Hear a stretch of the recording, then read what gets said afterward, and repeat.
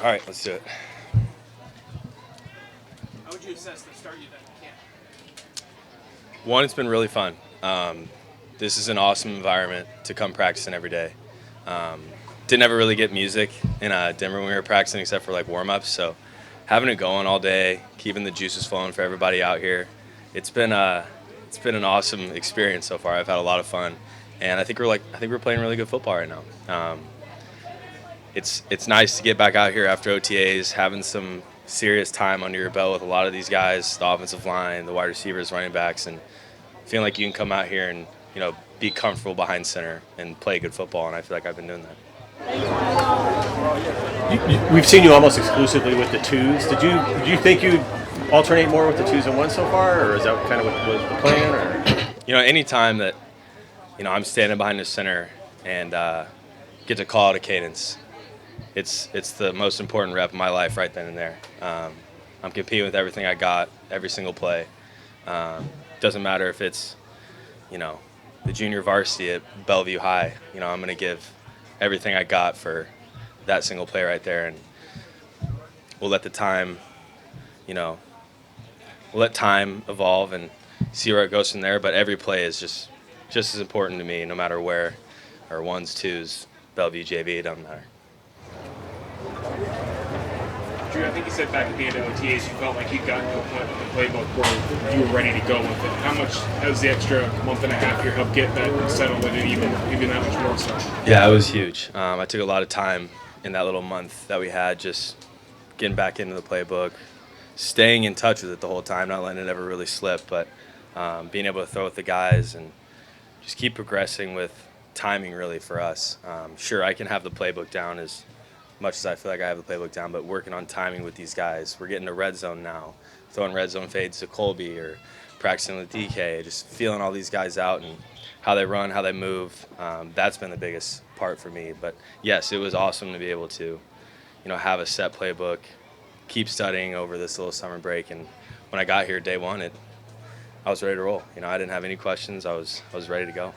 Playbook now resemble anything more like your rookie season compared to your last couple years?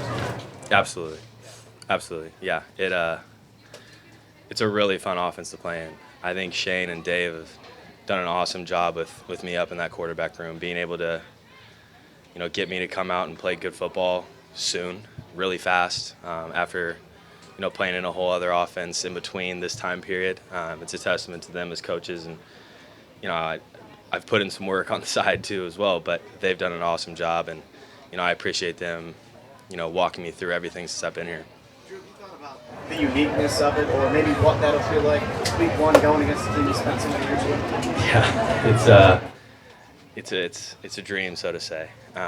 It would be awesome, being able to see faces that I'm really good friends with, but at the same time, flipping the switch, becoming that other guy that kind of forgets about those relationships, and for at least 4 quarters until afterwards, where you change jerseys with one of those guys. But for those 4 quarters, man, it would be on for sure. So you talked about you put in some work. Generally speaking, what was that? What kind of work did you put in? Well, a lot of it was trying to time up footwork in these offensive different pass plays, so to say. Had different footwork my rookie year, my second year, and my third year, and then coming into this 4th year, it was different again. So OTAs was nice because you got to be on 7-on-7 and work this footwork, but now I was preparing for live action pocket stuff, being able to actually work up, work out, scramble, roll right, roll left, real football, so to say. So during OTAs, it was more about me figuring out the scheme, the drops in the scheme, but then when I got into the summer, it was, all right, I know this scheme. I know what I need to do. How am I going to be able to move in the pocket? It was really just quarterback pocket movement drills type stuff, which I think's really helped me out here. Pete emphasizes scrambling, extending the play. There's a first play, then there's a second play, and that's a style of ball I really enjoy. And hopefully over this next couple of weeks, I get to keep showing that. Does that work kind of make it so you don't have to think more about, you just get this whole scenario about the different style now, or you're at the point where you're just acknowledging, identifying, and then just making a play in terms of your game? Yeah, I think there's a fine line of, playing textbook football and then playing feel football. Every quarterback has to have a little bit of feel in him. You want to play as sound and as process-oriented as you possibly can until you realize you're playing a game with 22 guys on the field that are all running around as fast as they can, and 11 other guys are trying to rip your head off. There's a lot of feel, there's a lot of anticipation, there's a lot of reaction that goes into it. So yes, there's a little bit of both. There's a little bit of playing sound football, and there's a lot of being able to just react. With that footwork, who initiated those changes, or was it just a function of the type of football that you had to be playing? It was a function of the type of football we were playing. A little bit of coach's scheme. Different offenses bring different challenges. Being able to just adapt as a quarterback and show that I can and play good football still was my biggest priority. So whatever they said, whatever they needed out of me, they were going to get 100%, transition from me, so to say. Drew, you're valuing every rep that you get as well you should, but it's natural to want to have more reps with the ones. Have they explained what the path is for that? Is that coming up regardless, or do you have to earn that, or what's in your thought process as far as making that happen?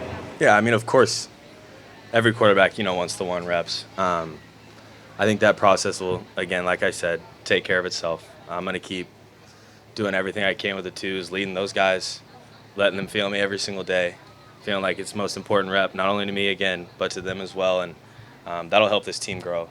Being able to have such a good 1-2 punch with the ones and the twos, that helps these practices flow. It helps this team grow, and that's just kind of my idea on it. I'm going to keep doing everything I can with these twos right now, and let time sort it all out. Did you get a chance to throw much at DK before Friday? Yeah, I did. We got together. Again, I'm not a huge show that I'm working kind of guy on social media. You just better assume that I am, because I am. We got together through a couple times. He was impressive.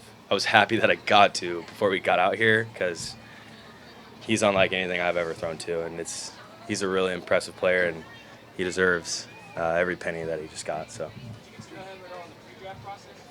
A little bit. Me and him were one of those two, I think maybe three guys that were in that draft room that night that didn't get drafted in that first round. So we both have that little chip on our shoulder. We both have felt that pain and have felt, what it feels like to be in that situation. And we have talked about it since, and it's something that we both keep in the back of our mind quite a bit. Did you talk at all about that on draft night itself? No, we believe it or not, we all kind of went our separate ways and got back to our hotel rooms and debriefed for a sec. But how do you're trying to build chemistry with all these different receivers, all brand new receivers, new team, but it seems like you've got a rapport building with Tariq Young. What has clicked there, and what have you seen from him so far? He's extremely physical as a wide receiver. Big guy, fast, strong, everything you can ask for from a receiver. And again, I talked about it about myself, but he's also a receiver that just has really good feel for the game. Really good feel when he's out there, leverage on corners, seeing safeties after the ball is snapped. I think the product of me playing well with him is how well he's picked this offense up, how dialed in he is every single day, and just the effort that he comes out and brings every single day is top notch. And I've told him personally that I'm really impressed with the way he's playing right now as a young guy. The offense against the defense today? This was the first day they got us. I told them they were hooting and hollering today, and it hadn't been that loud yet. So that was the first time that I was really hearing them today, and it's our job to come out the next day and change that.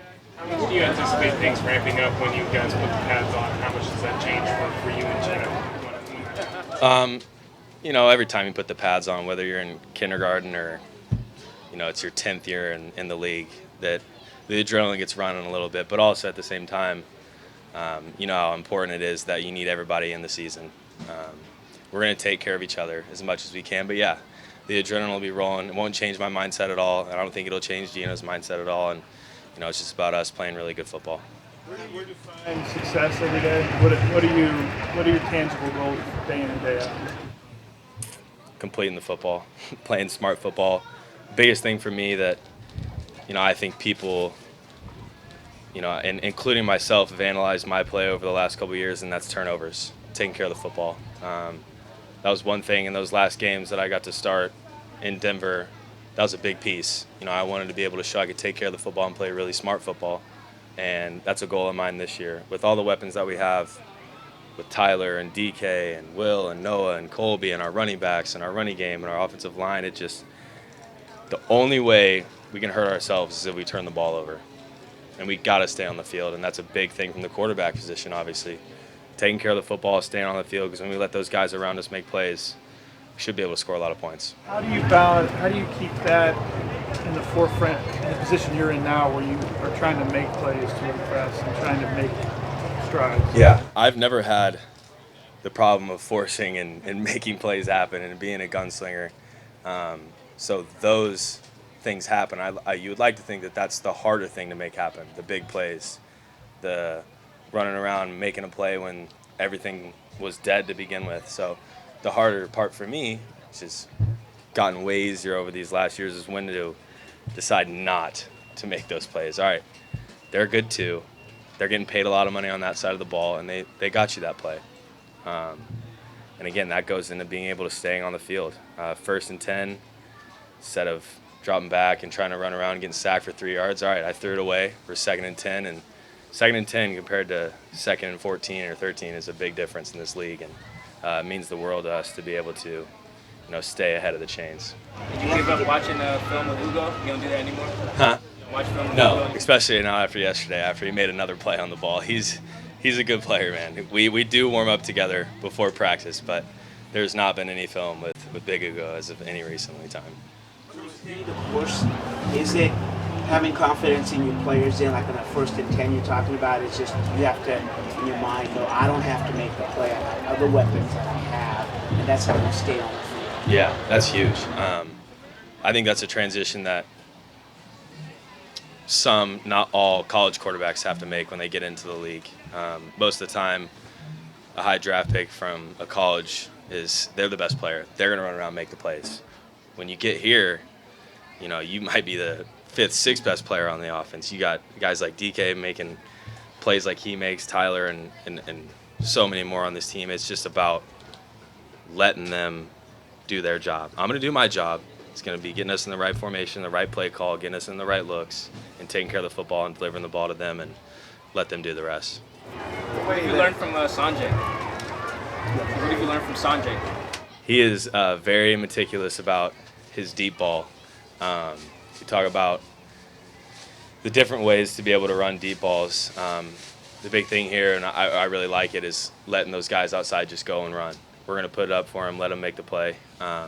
These throws don't have to be perfect. You don't have to throw it on a line to them, let it fall right in the breadbasket. You're going to put them up and let these speed demons outside run underneath it. And it's a fun way to throw go balls. It reminds me of back in Missouri when we used to just chuck it.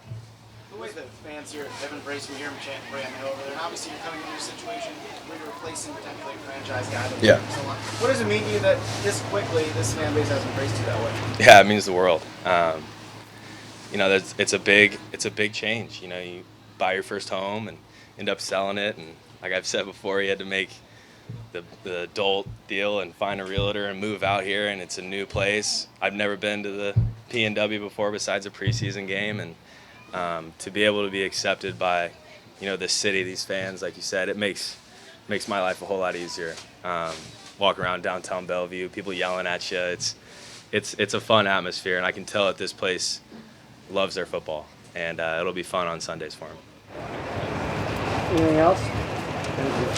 All right.